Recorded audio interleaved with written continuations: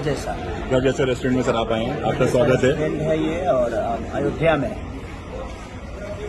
और सावन का मौसम है, महीना है, तो हम मीट मछली खा नहीं सकते, लेकिन इनका ये आइटम जो है जो प्योर भेज है, लेकिन स्वाद जो है एकदम मछली वाला ही है।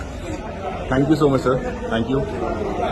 Best of luck. मेरे को घर जैसा रेस्टोरेंट को आप लोग ऐसे ही प्यार और आशीर्वाद देते रहिए, ताकि हर वो भेज खाने वाला आदमी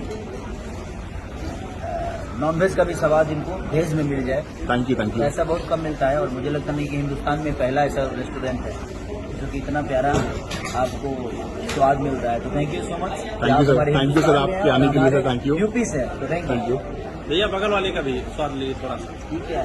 खान साहब आप कुछ कहना चाहेंगे? So since I'm a hardcore non-vegetarian, if you guys